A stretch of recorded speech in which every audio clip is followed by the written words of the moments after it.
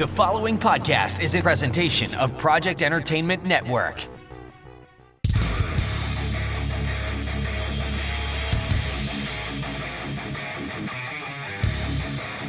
Don't be scared now, but it looks like you just wandered straight into U-Mind country. That's U-Mind, short for unaffiliated mind games, and you ain't never gonna be the same again. Brace yourself. It's time for a red-hot truth injection. Oh yeah! That's right, we're rounding up the sheeple and shaking them awake. U-Mind, too damn bad. We're gonna set fire to the wool over your eyes. Feel the burn, baby. Hot. We're toppling the lies of the lamestream media, one by one. Woo-wee! Watch them bad boys fall. Hey, Universe A, this is Universe B calling, and we're gonna tear you a new one. You mind?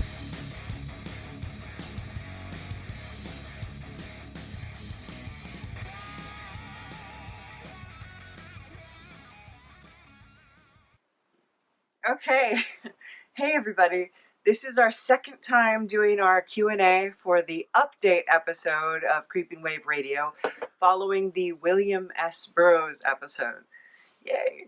And that was a big episode. There was a lot of editing, so I was hoping to do something that there wasn't as much editing and not as much work involved.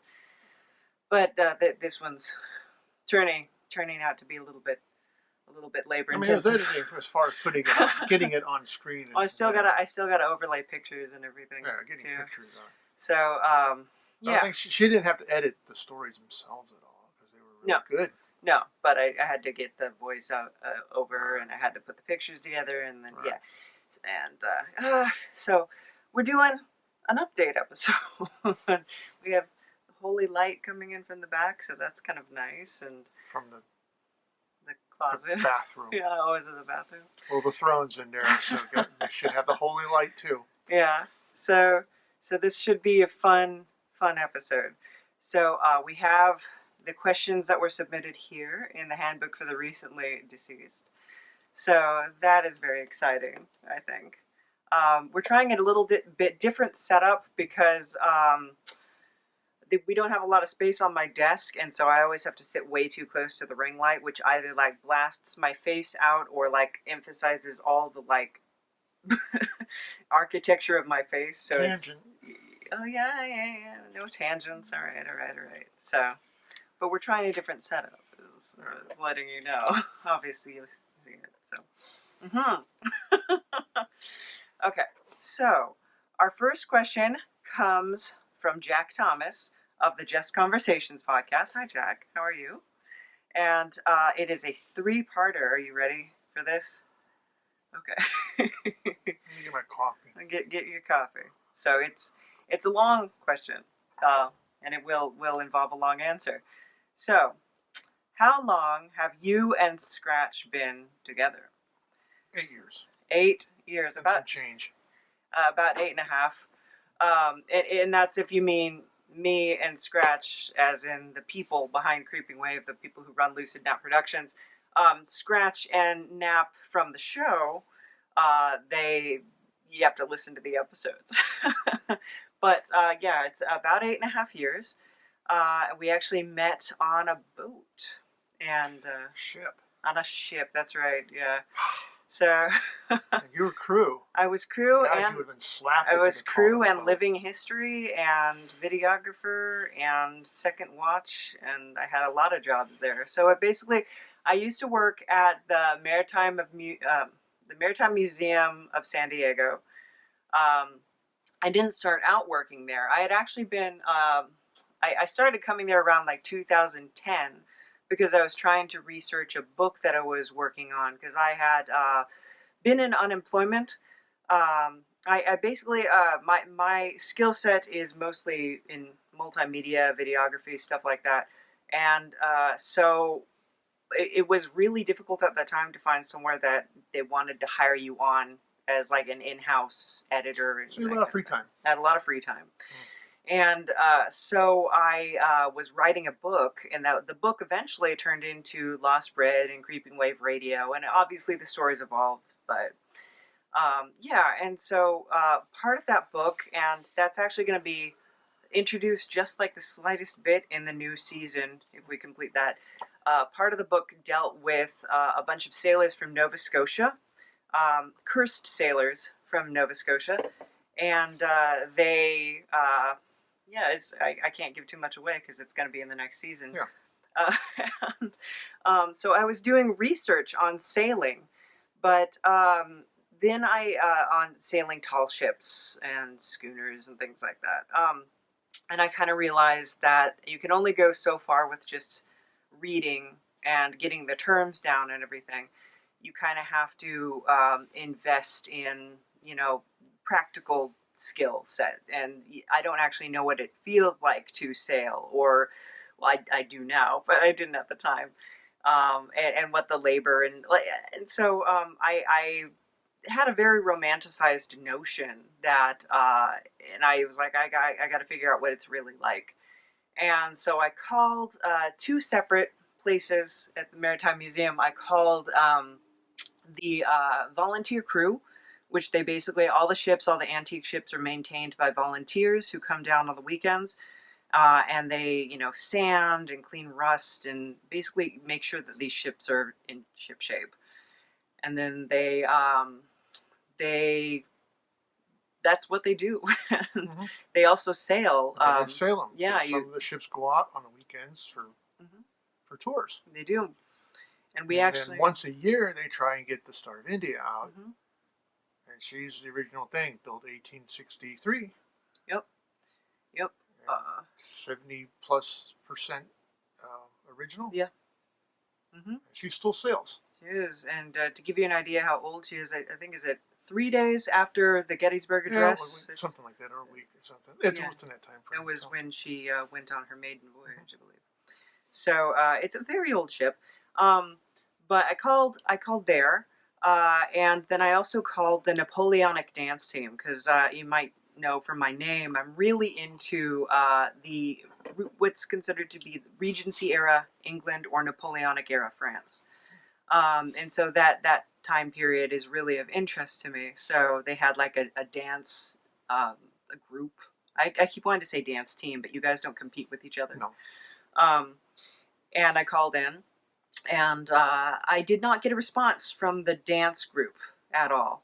And that's more what I was interested in, because I'm just not an outdoorsy person. I'm not a physical person. So I was more hoping to get in touch with that. But eventually I did get a call from the dance group, and it was probably about 3 months after I placed my original call. And the leader of the I don't know what you call them, the instructor. The troop, yeah. The head of the troop basically said, like, well, you're going to have an audition, and you're going to have music picked out, and we don't just let anybody in. And I was just like, I really don't know anything about, English contra dance. I don't know how to perform it.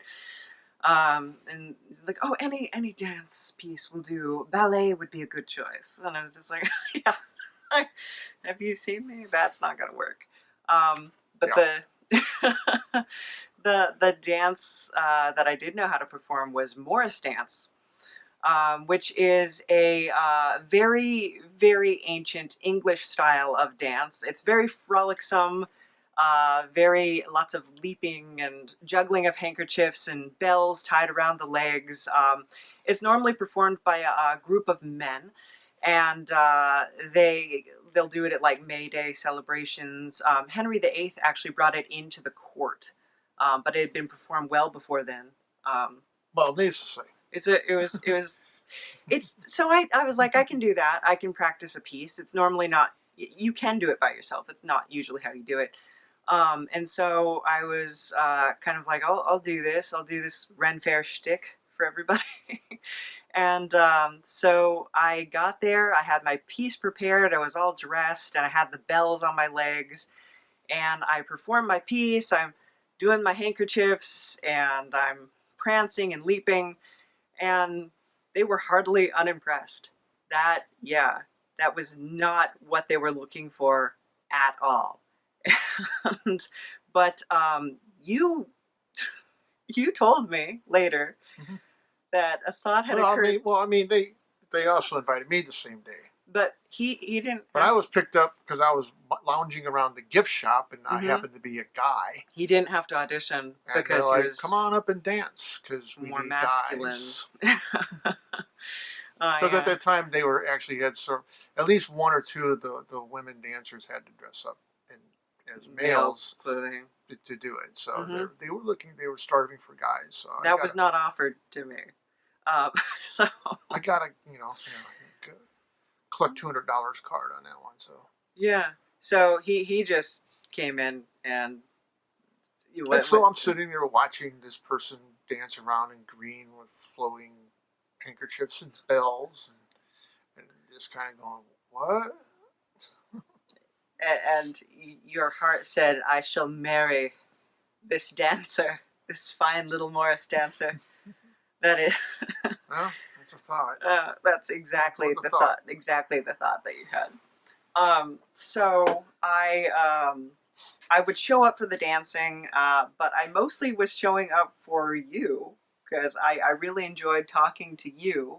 English contra dance, if you ever watch a Jane Austen type movie, it's where they all line up and they're dancing back and forth with each other and kind of twirling around. And it's what square dancing in the U.S. is based on. I think of more like square dancing. Mm-hmm. And the movie stuff is contrived. Mm-hmm. So, well, the movie stuff is set up so that they can do conversations with the characters. But we considering a normal dance at that time, there would have been any conversation would have been screaming, yelling. It's a party and a lot of booze. Yeah. So you imagine what kind of things were yelled. Mm-hmm. It's a party, so it wasn't like the very delicate, elegant, delicate conversations that you see, the witty repartee and all that kind of stuff. It wasn't what was going on. So they basically, she showed up and did film. I would film, and I would hang out with this guy. And I actually started going to volunteer crew and actually learned to sail because I just wanted to hang out with him. Because we were friends at the time, and he was cool. He was funny and into history and checked all the boxes for me. I was actually dating somebody else at the time, but that relationship was in its death throes. And he got the boot. He did. But since he never looked up from his video game console. Pretty much, yeah. It was a relationship where I was kind of. A lot of people who knew us mutually would say, "Are you guys still going out?" Because we never went to movies, we never went to parties, we never went out to dinner or anything. He would call when he'd get bored. And he would say, "Why don't you come over?" And I'd be like, "Okay." And I'd come in, he'd nod, and then go back to playing the video games. And I would sort of sit there and entertain myself on the computer or with a book or draw something. So he got the boot very quickly. So our first actual time, I guess. First date was... Not a date. The first time is the time when you lost me in PB. I did lose you in PB. PB stands for Pacific Beach. We didn't lose me. It's just we couldn't find exactly where to go. Now, PB, if you're not in San Diego, is kind of like where there's a pretty heavy bar scene and a lot of stuff that you do in your 20s. And I was pretty sure I knew my way around PB because I used to be there every weekend. But at this time, I was 32, so I hadn't been doing that for a bit. But when they said, "Oh, we're going to a restaurant in PB," I was like, "Oh, follow me, I know my way around PB." I didn't. And I got him lost. And instead of like trying to pull over and trying to coordinate or something there is nowhere to pull over. And it's just bumper to bumper traffic. So, I mean... He just got fed up and went home. I kind of waved and said, "All right." We're not going to find this. It's time to go home. So I finally got to the restaurant, and everybody was very upset because... their fellow dancer was not there, and this idiot who just kind of was like, the scenery had come in their stead, and it was horrendous. But so I was like, all right, I'll call him. I'll figure out where he is. And I looked his number up on the white pages on my phone, and I called him, and he was at his house, and he was eating a sandwich he got from Vyvanse or something. And but we just were talking the whole night to the detriment of the other dancers, they were very annoyed with that. So I had to like get up from the table and move, go sit by myself so I could continue talking to this guy. And we kind of decided we were gonna start hanging out. And we went to Barnes and Noble, and we would sit and have coffee, tea, draw, write, and that's look at books. Yeah, and walk around. That's kind of what we did on our first dates, and yeah, and so pretty soon it's like coming over, and of course, meeting the parents.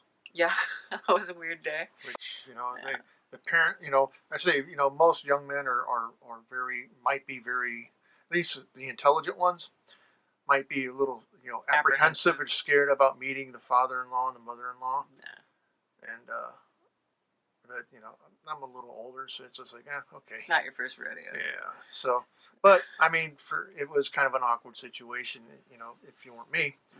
Because the first time they met me, I was dressed in my period clothing. So I had a Wedgwood blue tails coat, a green waistcoat, which is what they call vest in the plebeian times we live in now. Just a quick note, he's actually remembering this wrong.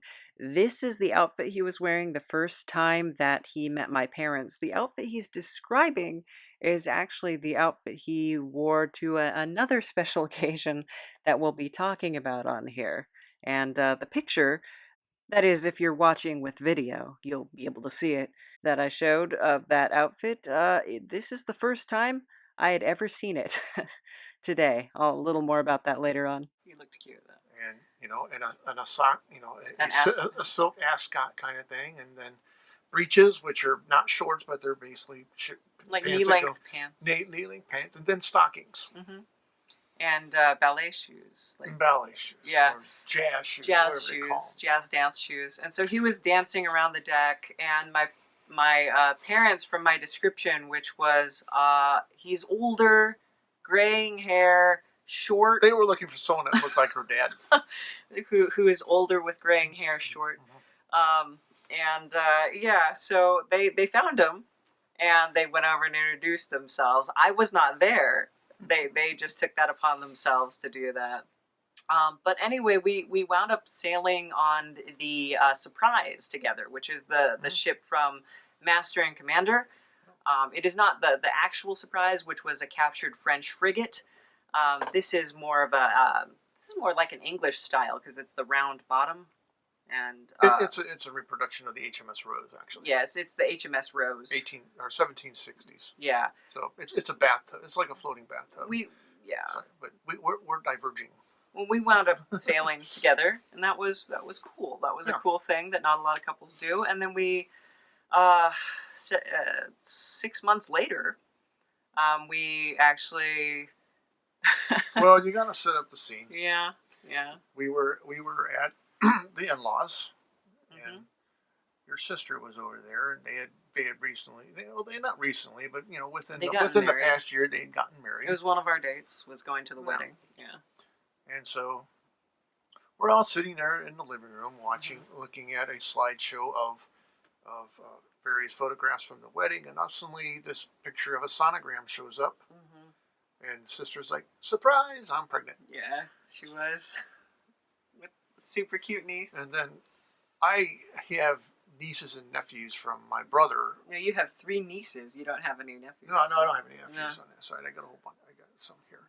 Yeah. I got nieces, from my brother's side, and they're older than my nieces out here. So it would have been my first niece out here, but that's what she says. You're an uncle again. And I'm like, how's that? I just kind of thought of us as a unit already. So I'm like, okay, I'm taking the hint. Yeah. I'm dense, but not that dense. I wasn't trying to hint. But... Yeah, it wasn't a hint, it was a slap.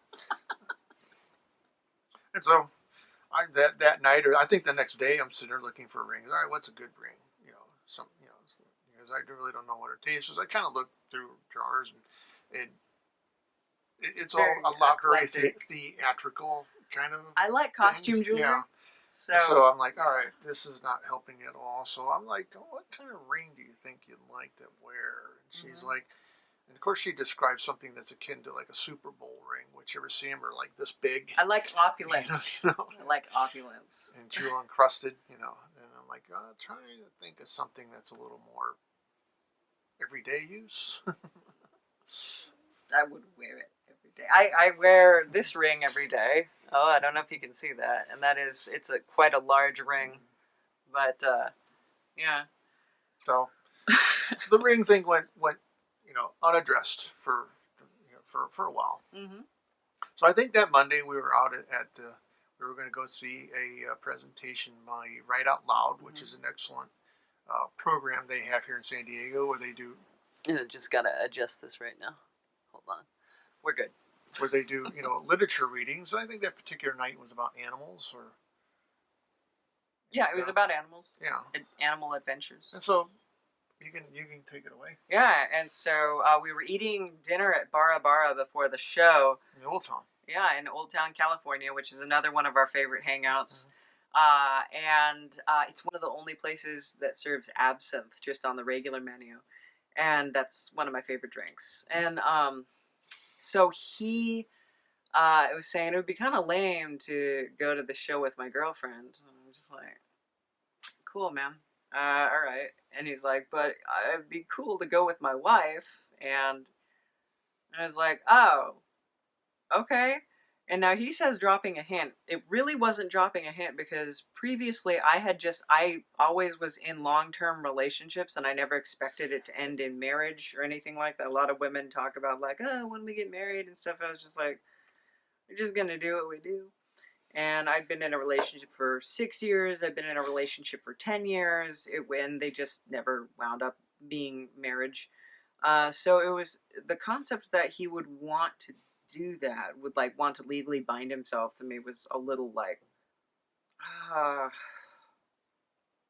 okay, I guess. And I didn't give the appropriate reaction. Which was fine. You didn't start laughing at me. No, hysterically. Or you didn't scream and run out the door. I wasn't disappointed, but I was just like, I mean, yeah. I mean, probably was just like that too. Yeah. Yeah, I'm a very awkward person. So, and then we picked out a ring there that silver one. Yeah. That from one of the jewelry shops. That one actually broke, and I haven't had it repaired yet. We did get another one when we were in Petoskey, which is Michigan, where my shirt is from. It has a sailboat on it because sailing. And I that was a little man-made emerald one that we got, but that one's too big for me now because I lost weight. But I did get this one in Savannah, and I pretty much wear this one every day. It's not anything traditional, but yeah. And so we wanted to wait for my sister's baby to be born because we didn't want to like rob the spotlight, So the baby was born, and she's super adorable. Her name is Sienna. We had one. I have a nephew who was born. We have a nephew now, but who was born, I think, a couple months before her, or a year before her. And they're far away. Yeah, but they're up in Northern California, well, more Central California. And so we didn't want to steal the spotlight from her, so we waited until the baby was. Not that she cared too much. She just kind of laid there. Well, she was one. When the wedding happened, she could walk around. When she was born, she didn't care for any spotlight. Matter of fact, they did put her in the spotlight. Yeah, we had her in the wedding party. Yeah, so I wanted a year later, because we wanted to get married, mid-October sometime. Yeah. So, and we got married October 12th, 2013. I wanted to do October 13th, 2013, but that would have been a Sunday, which is a lot to ask people to come to a wedding, and they can't drink because they have to go to work tomorrow, and it's giving up their Sunday, and that's not cool. So we did it Saturday. So the pictures that you are seeing, this is actually the first time that I have seen these pictures. These were taken by a professional photographer that we hired at the wedding, but the wedding was such a stressful time for me, with everybody telling me what I should do and what my life is going to be like after this point, and you better give up all your hopes and dreams because now your life is all about making your husband happy and that kind of thing. And it's like, no, it's about making each other happy, but that's okay. And obviously, everything they said didn't come to pass, but it was so much that I just never opened the hard drive with all the video files. So here we are almost 8 years later. And it's the first time I've ever seen any of these was today when I asked my mom for pictures from the wedding because the pictures I do have are from people's cell phones that they just texted to me. And she actually opened up the hard drive and just went ahead and sent all of these to me. So, yeah, kind of crazy. But hey, thanks, Mom. And yeah, it was cool. And we Honeymoon down in Savannah, Georgia, which was cool. And yeah, so that was kind of fun, and we've been together since, I Yep. guess, yeah. And Well, I guess so. there's no break in between No. or anything. Just kind of, and so That's yeah, how we met. yeah. And he was one of the first persons other than my mom who thought I should be writing and drawing professionally. So he, even though every picture you had seen was either on a napkin of Chipotle or the tablecloth at Macaroni Grill, Which the waiters or waitresses usually got a big kick out of. there was usually a caricature of him saying something like, I smell, or that kind of thing. And I'm not sure how you look at that and go like, oh yeah, you should be doing this for a living. But that was his takeaway from it, and so that's what I'm doing, and he helps out on my projects. It's very cool. So what's our next question? The next part of the question comes from Jack. So we took 24 minutes answering that. So that was our long one. That was our long one because there's a lot. So also, how much wood could a wood scratch chuck if a wood scratch could chuck wood? But the last wood is a WOULD, right? So that might change your answer. I'm not going to scratch my wood at any time. No? Okay. It hurts. Probably a good idea. Yeah, all right. Well, then the third part is additionally. How much would a wood, and see the WOULD, scratch, if a wood scratch, WOOD, scratched much wood? No. No? Again, not big on the scratching of the wood. No. Okay. It's painful. Okay, so could be scarring. Yeah. It's probably not a great idea to get involved in that, I guess. So I guess that is not a question that Scratch can deign to answer for you. So then our next question is from Anthony Silva of the League of Ridiculous Conversations podcast. And Anthony asks... They didn't give you an honorary membership to that? Oh, because of the ridiculous conversations that I have? No. No, I've been on it a couple of times. I don't feel like I'm as funny as the other people on the show, so I always feel kind of awkward on there. Because You're plenty ridiculous. Yeah, I am ridiculous. Yeah. But yeah, my verboseness comes from nervousness, that I will just fill the space. I tread water. That's what I do. So does Old Scratch... Okay, sorry.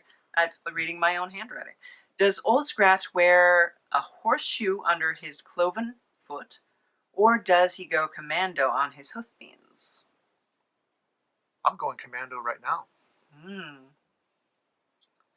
So just imagine that. So yeah, that's a beautiful image for all of you to enjoy. So Scratch does not wear a horseshoe or a devil shoe or whatever it would be. So yeah, a goat shoe with the goat legs. Goats don't usually wear horseshoes. Goats are a subject of interest. They call them goat shoes. Yeah, goats don't usually wear anything like that. They and their hooves are different. They're good at climbing though. Like they'll climb on your car. They'll climb up in a tree. They love it. They just love climbing on everything. So you got to watch that. So what's new and coming up? What's new and coming up in the world of Creeping Wave Radio? I am writing the script for season 4. I kind of, at the start of every episode of the U-Mind, I've been trying to do a short little animation, and kind of in the style of Tom Goes to the Mayor, where it's very much like a static image, and then another static image, like, ooh, oh, huh, kind of thing. Because I really enjoyed Tom Goes to the Mayor a lot. I really liked Tim and Eric. I like their body of work. So I've been trying to do things that tie into the plot line as it's going to develop for season 4.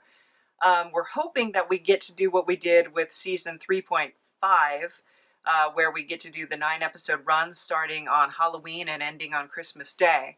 And that was the first time we were able to do it. It has been my vision since we started to do that, to do a 9-episode run, and just take up that, just really take advantage of Halloween and do that. But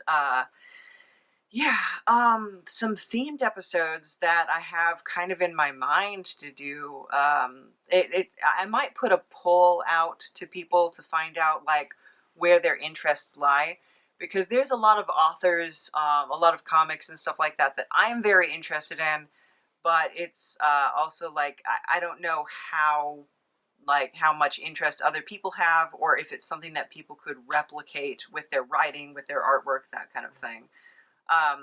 Jodorowsky and Mobius combined to do Inkal, which is a comic book. It's a French, Spanish comic book. You were thinking about Philip K. Dick. Philip K. Dick. I was thinking about Jules Verne. All possibilities that I was considering. But I got to kind of get an idea of where people's interests lie, what people would be. So there's a lot of different artists out there. There's potential. Because we got the best response we've ever got on that episode, and I think it's because we opened it up to other people to bring them in, not only as voiceover, but as writers. It's also literature, yeah. It's writers, and then it's an artist, and it's something that people can get involved with, can have fun with, can be creative with, which is really our vision for the show. Is we want everybody to enjoy it in their own way. And so that's what we're trying to do. And so, we'd like to do more of those, but they are a big endeavor for us. Well, we just have to plan it out, right? Yeah. Mm-hmm. And so much thanks to everybody who participated as a writer, as a voice actor, or as an artist. And I know the art got a lot of attention.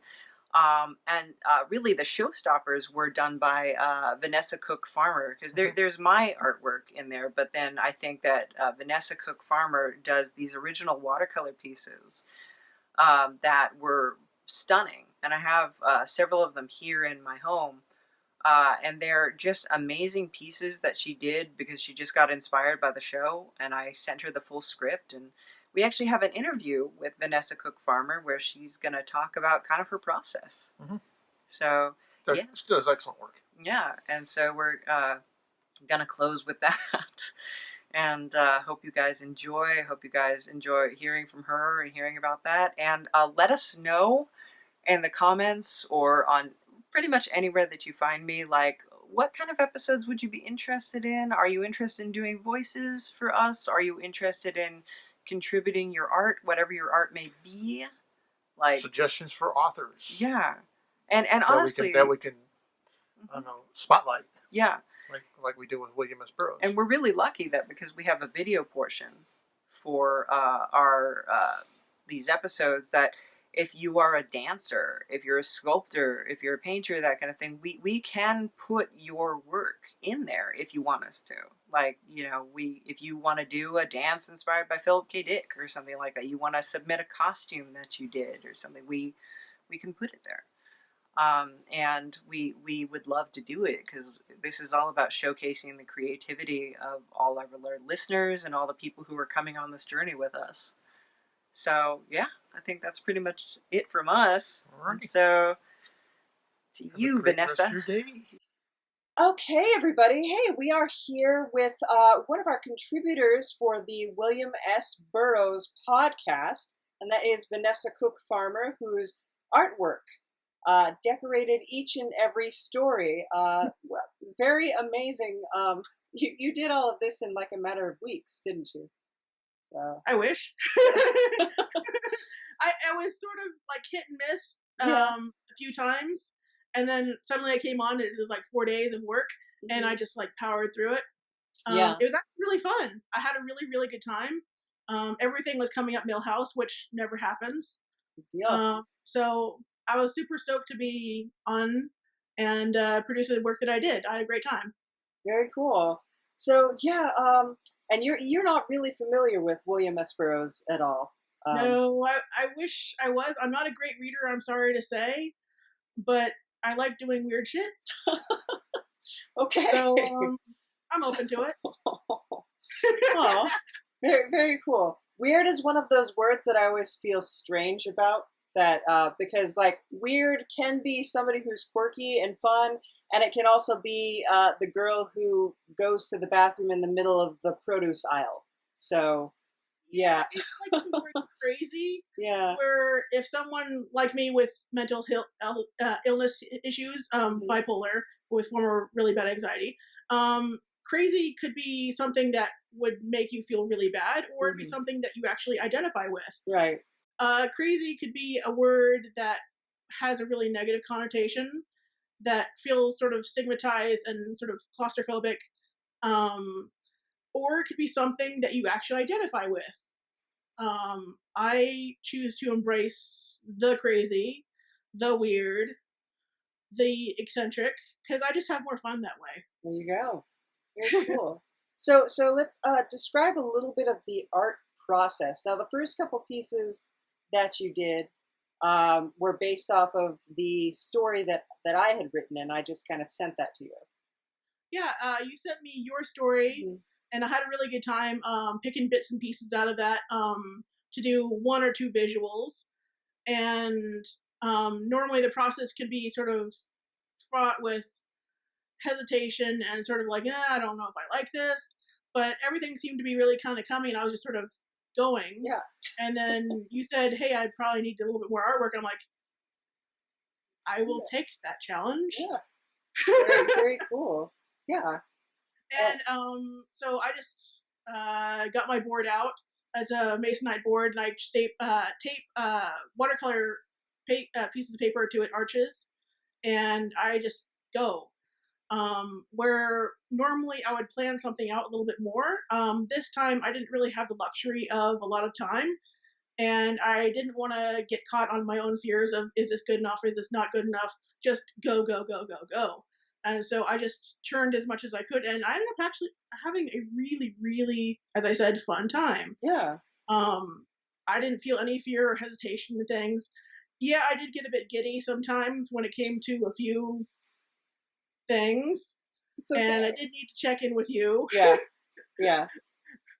But I just swung for the fences. I just hit go and swung for the fences. Very cool. So yes, what I think one of my favorite pieces for this, I've got a couple, but definitely the biological show where you have the 2 performers. Performers against their will, one would think. Yeah. In the glass case. And I thought that one was so interesting because there was no description given. Basically, that piece was a poem written by Tone Milazzo, and it was written for 2 voices. And he used the technique that William Burroughs did, where he sort of tore up a story and then repasted it together. And yeah, it's pretty interesting. And so it was very abstract, but you just kind of had a vision and you just went for it. So yeah, I eventually in the mail you'll be getting my original concept for that piece. I originally envisioned it as you looking into the glass, although you are not visible yourself as the character. It's as though you were actually looking into the glass, and you see 2 characters, one further back and one up close in your face. Ideally, just after writing "Help Me" in "Welcome," and what the story I thought that was says. fine. Yeah. I put some dramatic lighting in, and the downside is that once I put down the aluminum foil leaf to make it really shiny, which of course never reads on film or cameras, I kind of goofed on something, and I ended up using a whole bunch of paper towels. And when you use a whole bunch of paper towels in a watercolor piece, there's no going back, and it kind of sucks. You can try to pull it back, but sometimes it just doesn't work. And then I looked at the piece when I was done, and I was just like, I don't think I pushed myself very far in this. I think for the scene, it should be a lot darker, more hopefully humorous, and maybe with more of a message. So after saying I was pretty disappointed with that and just started sleeping overnight, I went back at it the next day, and I'm like, okay, we're gonna have to swing for the fences here. This has to be completely crazy and over the top. So what I did is I just did a little picture of you down at the bottom, your character Napoleon Doom, and I sort of decided to make them eat like a pink frosted animal cookie. Yes. Not the traditional Barnum's animals, although it was based off Barnum's animals. But I wanted to sort of play off eating the animal cookies that represent sort of trapped zoo animals, while actually looking into the glass, peering awkwardly at these creatures that were maybe once human, maybe not. But they're behind glass, sort of as caged animals. And as you can see on the side of the wall, I put hash marks in blue watercolor to represent the days that they were actually trapped in there. I wanted to represent sort of man's inhumanity to man by placing these creatures who are very much human and have very much human emotions in a place where they are being viewed as animals. Yeah. Subhuman animals. If you've ever been to lions, tigers, and bears out in Alpine, California, here in San Diego, or there in San Diego, I'm in Vegas right now. Right. But you see all these animals that came from sideshows, mostly from the South, where the regulations on keeping wild animals of very large sizes and ferociousness, there's really lax laws on that. And so unfortunately you have these sideshow situations where someone has one in the house, or you have it where it's very inhumane. Kind of like a so Tiger King play sort of off of scenario. that. Yeah. Yeah. Not to make it too political, but I wanted to do sort of a quasi-humorous take on that. Yeah. Now, with the character that is closest to you, I decided to make them very sunken in, as though they'd been in there for a very long time and very malnourished. But I started to think, when I first started drawing the face, I wanted to be sort of a lizard man. And then I'm like, oh wait, we need to do, crawling breasts. Stick some breasts on there, and some more. And then I thought, what would be the finished outfit for this crawling breast creature if they had been in, say, a sideshow situation, maybe sort of a weird character as they are. And I've said, you know what, Daisy Dukes. Yeah. Pockets hanging out the bottom. There you go. And I put like a green cast on there with watercolor to sort of symbolize sort of a rotting flesh sort of aesthetic. I placed Octopus Astronaut in the back, just sort of reading a novel by William S. Burroughs. And I just said, okay, good. I think I'm fine here, but I hope no one has an issue with this. I'm just having fun. This is not a commentary on any sort of other thing. This is really more, if it's going to be commentary, it's going to be commentary on man's inhumanity to man. Yeah. So we haven't gotten any nasty comments, actually. All of our comments have been very appreciative and very embracing of it, which is strange for the internet, honestly. Yeah. That's not really what the internet deals with. So yeah, I was hoping there wouldn't be anything mean. No, not yet. It could happen. No. Well, it could happen, but you never know. But I'm hoping people stay positive and just look at it as a surreal piece of artwork. That's what it is. Something that is within the context of William S. Burroughs. Yeah. And now your husband actually is one of the voices for that piece. Yeah, the second man, not the main one, but he ended up being in this one, Octopus Astronaut in the background reading. Okay. So, because I was wondering who in your mind he was. Was he? Yeah. So yeah, he's octopus astronaut. man number 2. Okay. So, very nice. So very cool. So for the other stories, some of it was like me saying like, "Can you draw this?" And then, but some of it was just like you just tapping into your mind. And now, do you see things like I don't mean like in a magical sense, but like do you see it in your mind's eye? Ideally, yes. Yeah. I do see it. I see it sort of in rough compositions and in colors. Mm-hmm. It doesn't always end up that way. The saturation in my head is much different than what actually happens on paper. Yeah. It is what it is, but the difference is that it's sort of fun in its own way. Mm-hmm. And I just sort of let it happen. So yeah, it's a very exciting piece. Yeah, and watercolor is a medium that really takes a lot of proficiency to work in. A lot of people don't like it. They either really, really like working with oils and absolutely abhor watercolor, or they adore watercolor and they can't stand out oils like me. Yeah, I'm more of an oils. There is different ways of layering. Okay, yeah. Yeah. So mostly because I like to go in with darks first, and you can't do that with watercolor. So I guess you have could, to know exactly what you're doing. Mm-hmm. You have one shot at it, really. Yeah. Because there is no erase button. There's no erase, thing. Mm-hmm. You can do masking fluid, which I did do in some of those pieces. Yeah, I saw that. But it's really hit and miss sometimes, and sometimes the masking fluid goes over one spot that you didn't think it did, and you rub it off and go, shit. But that is what it is. Very cool. So, yes, okay. Well, thank you so much for sharing. And would you be willing to tell us a little bit about your ensemble today? My own what? Ensemble. Oh, my ensemble. Yes. The fascinator I made myself out of bits and pieces from a former bridesmaid outfit that, let's just say that wedding was quite stressful. So I decided to make something better out of it. I took the pieces of jewelry that I'd worn at that wedding and the extra flowers, and I just hot glued them together and cool. There we go. The lace is a lace that I've been holding onto for some time.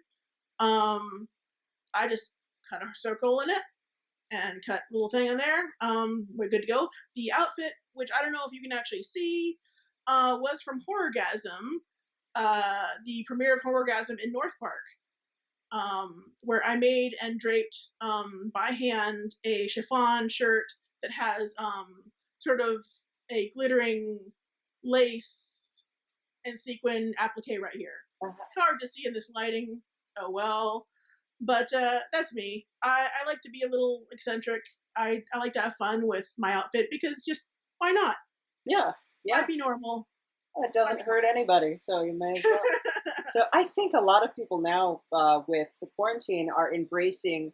I actually read an article like people are becoming more quote unquote weird, even though I'm funny about that word, but where they're not trying so hard to uphold social norms and things. There's less judgment because nobody's there to judge you, and so I thought that was kind of interesting. For most of the quarantine, I've been sitting around in yoga pants doing art. Oh, there you go. But normally I actually dress up and I actually put effort into what I wear, and I like to wear costumes all the time. Costumes, although it's just me. Mm-hmm. Everyone else thinks it's a costume. Like the one time I showed up to Comic-Con dressed as myself, and people are like, good costume. Right. Awesome costume. I dressed up as myself. That's what I do. Yes. I like it. So you're just a person who's always just exuding creative energy, I guess. Yeah, without much care for what people think about what I do and dress, because I know I'm just going to be whoever I am. Because if you try to stick like this round peg into a square hole, or a square peg into a round hole sort of situation, I'm just not going to work. It's just I fit outside the norm of mainstream society, and I'm happy with that. Some people feel that very uncomfortable. I know I did when I was younger. I didn't know exactly who I was, but I kept on going from one weird phase to another weird phase. and pissing off my mom. And but in the end, I was still happy with who I was. You know, the only person I ever really want to be is me. There you go. Very cool. So, okay, and so if we do future themed episodes, hopefully I've got a couple in mind that I've told you a little bit about, but I don't want to let the cat out of the bag just yet. No. But if we do future themed episodes, I hope that you'll be able to contribute some art, and that we'll have other writers and artists who want to contribute, as well as voice actors. Absolutely. It sounds like a good time. Yes. I look forward to that. All right. Well, thank you so much for being with us today. My pleasure. It's all right. My pleasure. Very much. Take care. Thank you. Bye-bye.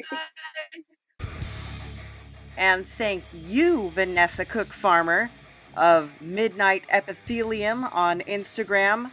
Yes, Vanessa's artwork's amazing. Please check her out. And also, a big thank you to Savage C. Walnar, our legendary announcer, who gets the show started off just right. And to Ethan Meixsell, composer of the You Mind theme, Demilitarized Zone. Wow, it's just fantastic. You know what? That sounded sarcastic. I didn't mean for it to. But patreon.com/lucidnap if you want to help support the show. That's a thing that you can do. Should probably advertise that harder. Also, buymeacoffee.com/lucidnap. I mean, it's not like I don't want for money. I do all the time. LostBreadComic.com. Also a thing that you can do. You can buy art and stuff. I really need to update it, guys. But let me know the kind of stuff that you like to buy on there. Follow us on social media. No money is involved. Just follow us and keep up with what we're doing.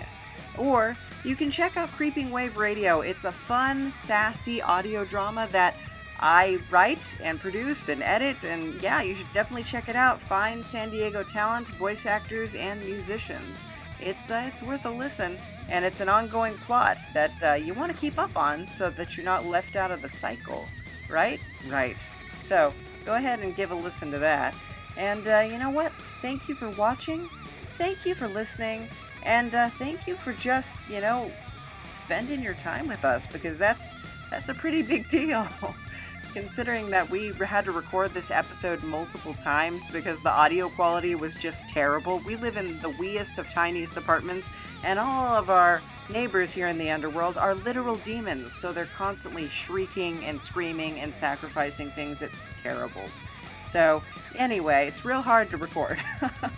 But thank you so much to the Grammarica Show, Nikki Banfield, and the lovable Neil, who are our Patreons, and they help make this show possible. Yes, you also could be a Patreon. We gave the link earlier, but it's going to be in the description below. You can do the buymeacoffee.com. You can do whatever you want, or just keep on listening, because that means the world to us. Really, no, it does. The You Mind is brought to you by Lucid Nap Productions in cooperation with a hairy old man. Thank you for listening. Bye. Hello, is anybody out there? Anybody? This is Jim Cobb. If you are hearing this, the worst has happened. I've recorded a podcast at the end of the world and will broadcast it on channel PEN every Friday. It's all about the apocalypse, books, movies, TV, how much food and water will you need in your bunker, all that kind of stuff. Excuse me, sir. You're gonna have to keep the noise down. You're in a library, and you're scaring the kids. The world hasn't ended yet. Sorry, ma'am. Shh. You're in the library at the end of the world with host Jim Cobb. Fridays, exclusively on Project Entertainment Network. This has been a presentation of the Project Entertainment Network.